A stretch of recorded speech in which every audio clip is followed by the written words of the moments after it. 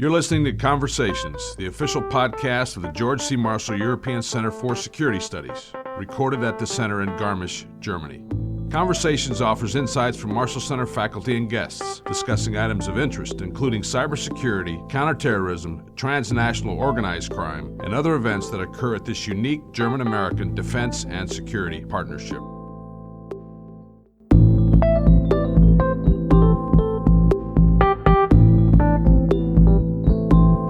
Hello and welcome to this edition of Marshall Center Conversations, recorded January 3rd, 2014. I'm Jason Tudor, the Public Affairs Officer for the Marshall Center, and I'm privileged to be joined by Colonel Heinz-Joachim Henseler. He is the Course Director for the Seminar on Regional Security. Welcome. Thank you for taking part with us today. My pleasure. Good.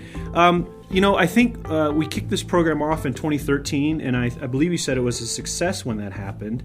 We're getting ready to do this program now here in 2014, beginning on January 27th.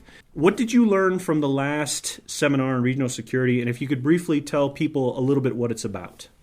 Yeah, let's start with a little overview concerning this project. It was initiated by Germany, and Germany is providing a post like a full colonel like me as course director. So I was sent here to develop this project, and we firstly, or for the very first time, did it in early 2013. The whole thing is about concentrating on regions. We all know, and we learned it, that crises always have a regional impact. And if you want to solve a crisis, of course, you have to do it in a regional context. And that is something the Marshall Center likes to concentrate on, and that's why the Seminar on Regional Security is an excellent example how the Marshall Center reacts on actual developments. So what we are doing in this seminar, we are concentrating on two crisis areas and doing comparative case studies. For the first time, and the next iteration will be the same, we concentrate on the Western Balkans, and the Southern Caucasus. Two crises which have both a violent history, two crises where the international community engaged very, very much in trying to do some crisis management in very, very different manners, in different intensity, but it is worthwhile looking at both crises and pulling out general patterns which are important to do crisis management, maybe in further developing those two regions or doing crisis management wherever necessary in the world. It's a global issue. And so we are concentrating on people who are somehow involved in crisis management, coming from the two regions in questions, or who have to do crisis management somewhere in the world. We are looking at people who have some experience in that, so they shouldn't be brand newcomers in the security field, but have some experience. And that worked out last time very, very good. Mm-hmm. And for the iteration in 2014, the participation of people who exactly meet these prerequisites is even better. What did we learn from the first iteration in 2013? I think people will be very interested in that. Firstly, the people came and said, hey, to compare these two regions, which are so different, where the approaches to the crisis management was so different, it is impossible. It makes no sense. When they left, they were convinced, looking at two different crises, gives us a lot of insights, a little better understanding on the limitations and capabilities of international crisis management, and pulling out, as I said, as one of objectives, is to find general patterns which are always to think about when you are doing crisis management somewhere in the world. So, people met here. We firstly get all the audience at the same state concerning the knowledge, the history, and the specialties of the two crisis areas. And then we started in a very, very active way to dig deeper into the two crisis areas. Mm-hmm. So the participants firstly got information about the big actors in crisis management like the United Nations, NATO, European Union, OSCE, and so on. And then they are focusing on the two regions and by self-studying and digging deeper into these fields using our excellent library here at the Marshall Center, they produce a list of information what the different organizations did in the two regions. That is a prerequisite for the comparative case studies which will follow. Yeah. And they, in small groups, present or develop a presentation and present it for all, so that after this step, everybody in the course or in the seminar has an idea what did the different organizations in the two regions, what was their intent, what did they really achieve, and how was it perceived by the locals over there. And that's why I'm really happy that we got so many participants coming from the two regions. And that is a prerequisite for the next step, where we really compare those two crisis management attempts, and we concentrate on three key questions, I would name it. And it is one, self-determination versus territorial integrity, a very interesting part. Yeah. Still actual, whatever crisis is coming up. Sure. External intervention versus local ownership.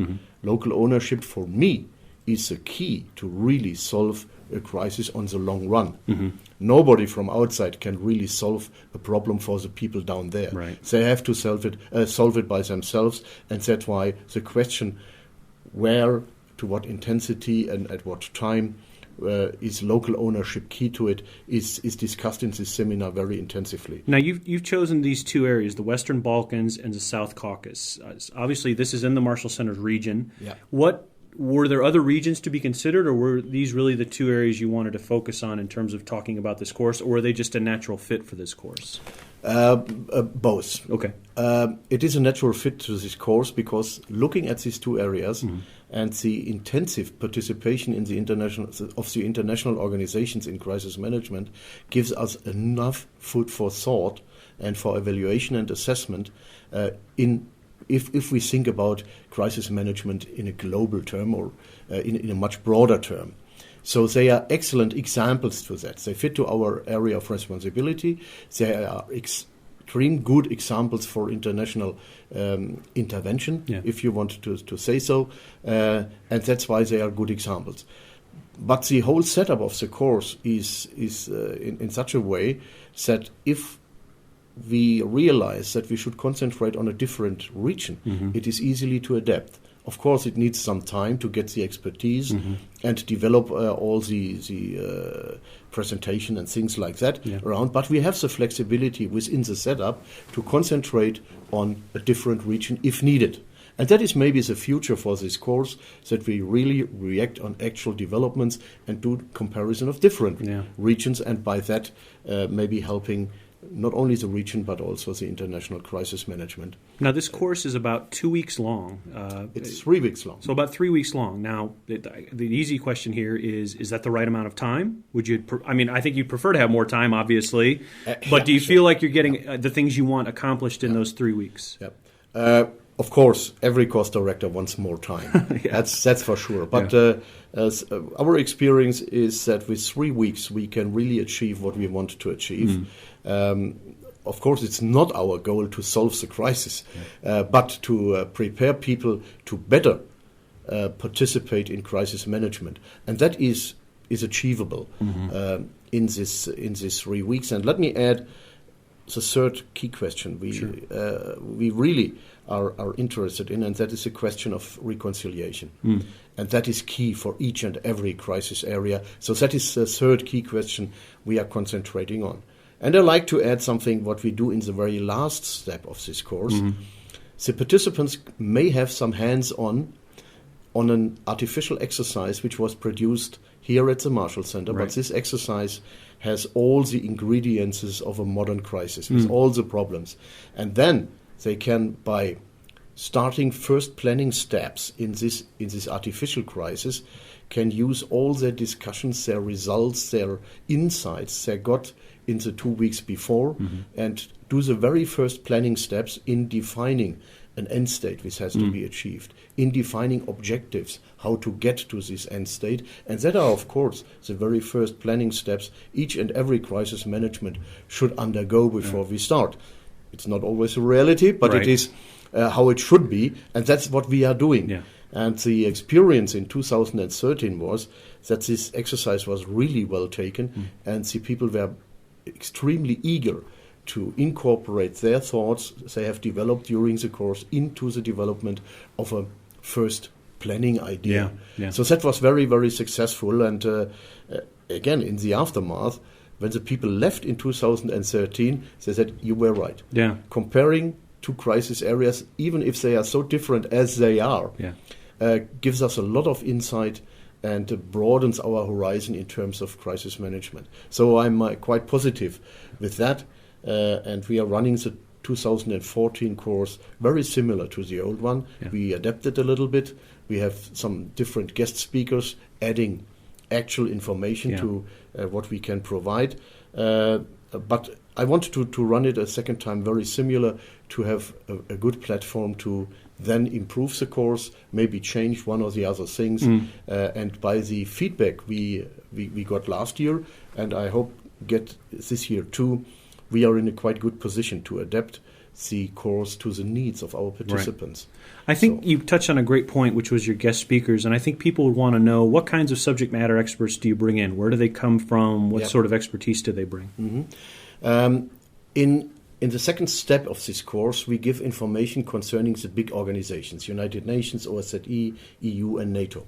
And the first step is always to have one of our Marshall Center professors to give a general overview of the concepts of crisis management within these 4 organizations. But then we have people coming from these organizations and who were really in depth involved in crisis management in there, to present actual developments, actual views of these organizations. For example, we have somebody coming here who just left the Department of Peacekeeping Operations in the United Nations, and he was really in the heart of the crisis management of the United Nations, and he, of course, can give us first-hand information concerning what is going on.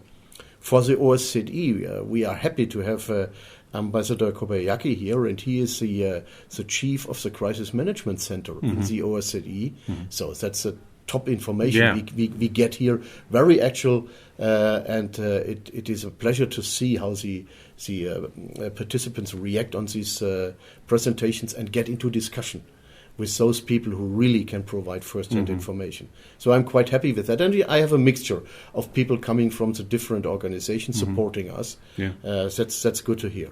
What does it mean to you as a German Air Force colonel? And by the way, we're talking to Colonel Heinz-Joachim Henseler. He is the course director for the Seminar on Regional Security, which the Marshall Center will kick off on January 27th of 2014. This is a German-led effort. And the Marshall Center is, of course, a joint U.S.-German effort, German-American partnership. So this being one of the courses that is very much German-led, what does that mean for you? Of course, it's an honor being sent here to develop that, and it was not such a big step for me, because in my former assignment, which was at the German General Staff Academy in Hamburg, I was dealing with crisis management planning in general staff courses and things like that. So the whole setup wasn't alien to me. And here I have the chance to transport those ideas, which are very, very important for Germany, for Europe, and of course is in the same way accepted and promoted by the United States. Crisis management in a comprehensive manner, not only focusing on stopping the fighting, so the original security, maybe military part of the crisis management. No, we are looking at it in a very broad manner in analyzing it and trying to come to comprehensive solutions, including all the different actors in this crisis management. And of course, it was not only a German idea, but it was maybe initiated a little bit here in the Marshall Center to focus on the regions, because as I stated earlier, to solve crises, you always have to have a regional perspective on it, because the influences didn't stop at the frontiers. Absolutely, and that's why we focus on that. And that was the initiative by Germany, of course, in very close cooperation with our stakeholders, with our US stakeholders. And I have to state the core team of this project is with Dr. Sabine Kolmer, a German scientist. Who's also a Marshall Center staff member here. For sure. And of course, the other deputy director is a U.S. lieutenant colonel. So it is, even in this core team, it is a combined effort of the United States and Germany. What was the feedback from the participants on the first course? What did they like? What didn't they like? It was what they didn't like. It was too short for them. That's a natural. Yeah, that's a natural thing. We had a very broad acceptance, I have to say, and we did an anonymous inquiry on, and so we had I think quite honest feedback on that. So they were quite happy with what they learned in here. Some had ideas. Get us some information before we come here, but that is quite difficult. And one thing was that it was said especially concerning the Southern Caucasus and Georgia, that we have no Russian participants or Russian lecturers coming here to present the Russian perspective on it. Sure. We tried to do that, but it is a little difficult. Yeah. But because we have Russian speakers amongst our participants, they can dig deeper and go back to Russian documents and read it really with first-hand information. And as you mentioned, our library is just an amazing repository, one of the largest in Europe, actually, of Russian documents and books that date back to 1940 and even earlier in some regards. Yeah. So I imagine that's very helpful as well. Yeah, and the personnel down there is so helpful for our participants in finding out the actual documents in Russian. And so that was very interesting to get from them first-hand information. And that means that with this course, I'm very much dependent on the active participation of the participants, which was no problem in 2013 at all. Yeah. They were very, very eager. They produced excellent briefings, and by that created good, a solid basis for the next step to do the comparison on. So I'm looking forward having this kind of participants again. Yeah. And this time again, we have a good mixture of people coming from the two regions. Regions, not only Bosnia-Herzegovina and Georgia we are concentrating on, but the regions. Yeah. And we have some people coming from all over the world, from Australia, from South Korea, from the Bahamas.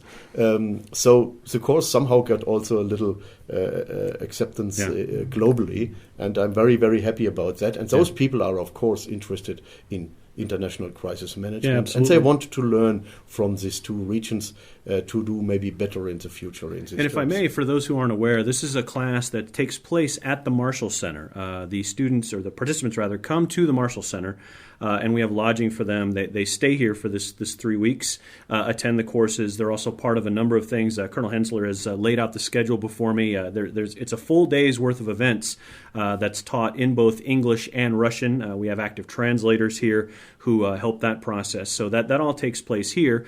We do some outreach events, obviously, as well, but this particular is one of our resident courses, and that takes place here at the Marshall Center. If I didn't clarify that at the beginning, I wanted to make sure we did that now.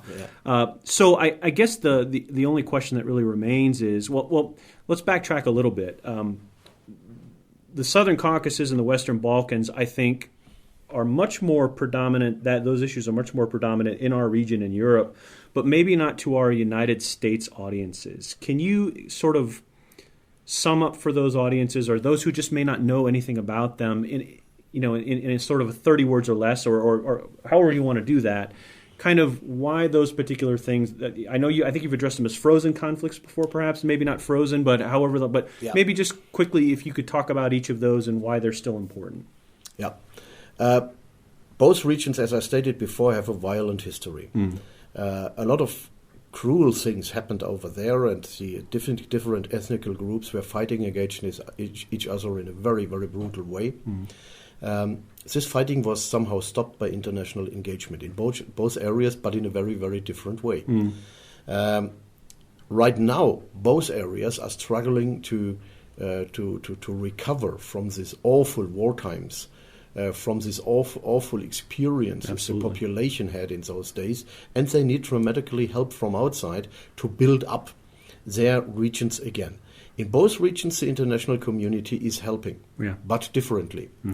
And for the American audience, I think it is very important, because in both areas, of course, the United States played a major role, made within these organizations, especially in NATO, or maybe as the United States itself, and getting an idea what your capabilities, your limitations are when doing international crisis management.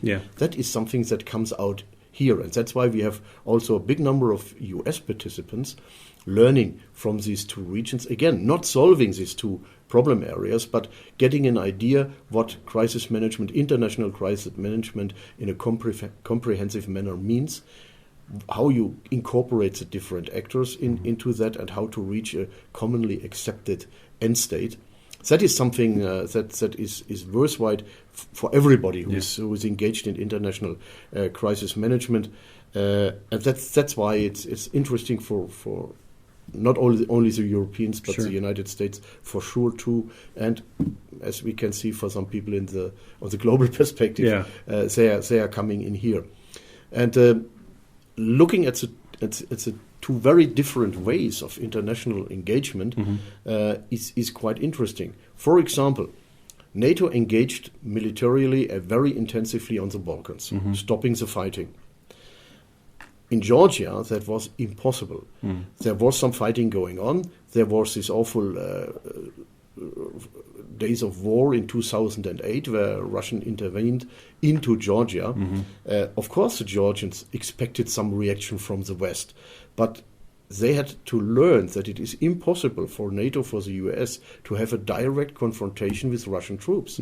Otherwise, we would risk an explosion in this area.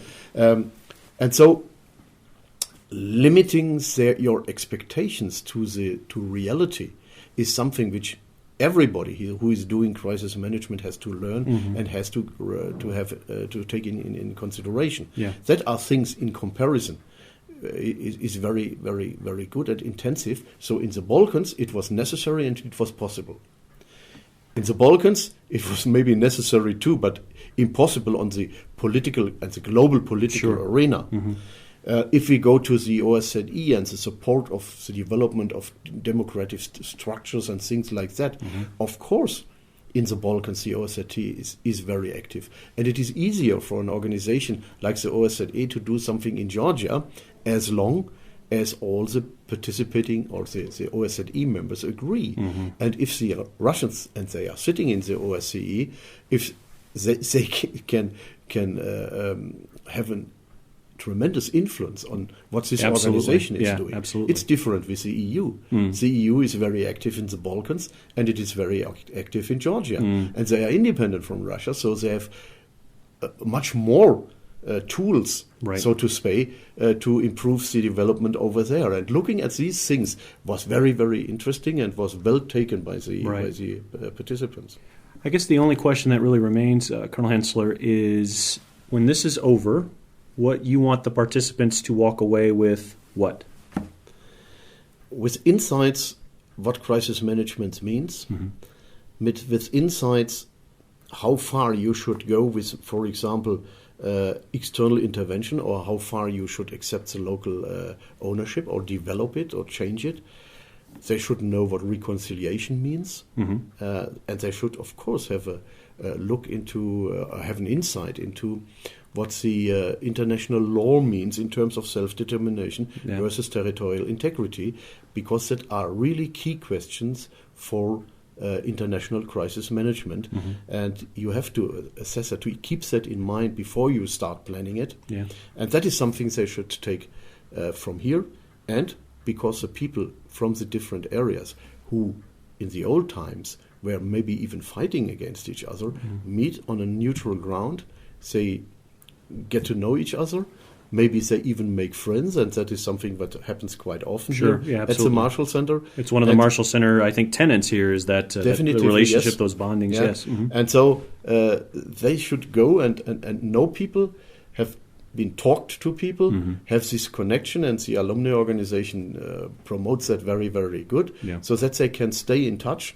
And on the regional side, maybe, because they know each other personally, are in a much better position to solve problems across the boundaries, across the frontiers. And that is something I really want them to take her back home, and maybe come back to the Marshall Center and concentrate on other issues if we are offering such a big amount of different courses. So that's always a good idea to come back. Yeah. Thank you very much, Colonel Henseler. It's been very informative. We've been talking with Colonel Heinz-Joachim Henseler. He is the course director for the Seminar on Regional Security. Thank you very much. It was my pleasure. Thank you for listening to Conversations, the official podcast of the George C. Marshall European Center for Security Studies. The opinions and views expressed here are not necessarily those of the Marshall Center, the Department of Defense, the German Ministry of Defense, or any other entity affiliated with the Marshall Center. More from the Marshall Center is available on Twitter, Facebook, and other social media channels, and at www.marshallcenter.org. Thanks for listening.